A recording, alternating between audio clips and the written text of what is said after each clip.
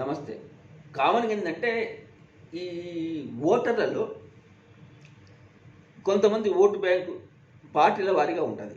కాకుండా మరికొంతమంది న్యూట్రల్‌గా ఉంటారు. కొంతమంది అప్పుడు చూసుకుందాం నిర్ణయం తీసుకునే వాళ్ళు కొంతమంది అంటారు. అయితే ఏంటంటే, ఈ న్యూట్రల్‌గా ఉండే వాళ్ళంతా కూడా ఓటు వేసే ముందు గెలిసే అభ్యర్థికే వేస్తే పోతుంది. గెలవని అభ్యర్థికి వేస్తే ఓటు ఎందుకు పనికిరాదు కదా! అనే ఒక భావన వాళ్ళలో ఉంటది. ఈ భావన గుర్తించిన రాజకీయ పార్టీలు మైండ్‌కే మారుతున్నాయి ఈ ఓటర్ల చేత. అందుకు ఉదాహరణ ఇటీవల ఈటెల రాజేంద్ర బీజేపీ నాయకులు తెలంగాణ ప్రజలంతా లోక్సభ ఎన్నికల్లో బీజేపీకి ఓటేయాలని నిర్ణయించుకున్నారు అని చెప్పిండు. మరి తెలంగాణ ప్రజలందరినీ ఈటెల రాజేంద్ర కలిసిండా? అది సాధ్యం కూడా కాదు. ఏంటంటే అందరూ వేద్దాం అనుకుంటే మన పక్కింటోళ్ళు వేస్తారేమో మనం కూడా దానికి వేద్దాం అనే భావన ఈ ఓటర్లో కలిగించే ఒక మైండ్ గేమ్ ఇది. అంతేకాకుండా ఏంటంటే ఇటీవల మన హైదరాబాద్కి వచ్చిన బీజేపీ అగ్రనాయకులు మన హోంమంత్రి కేంద్ర హోంమంత్రి అమిత్ షా కూడా కార్యకర్తల సమావేశంలో మాట్లాడితే ఏం చెప్పిండు?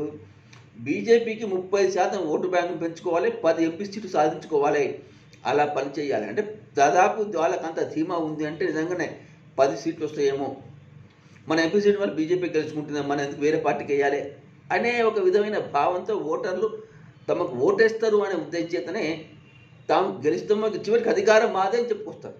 అంటే ప్రజల్ని మభ్యపెట్టి ఒక మైండ్ని ఒక విధమైన ట్రాన్స్లో తీసుకెళ్లే ప్రయత్నం ఇది మైండ్ గేమ్.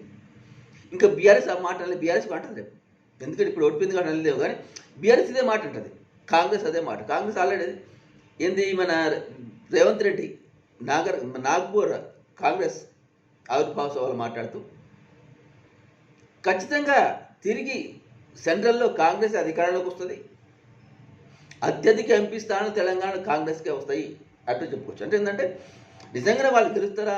పోనీ గెలిస్తే ఓడిపోయే స్థానాలన్నీ వీళ్ళు చెప్పగలరా? ఏమి చెప్పరంతే.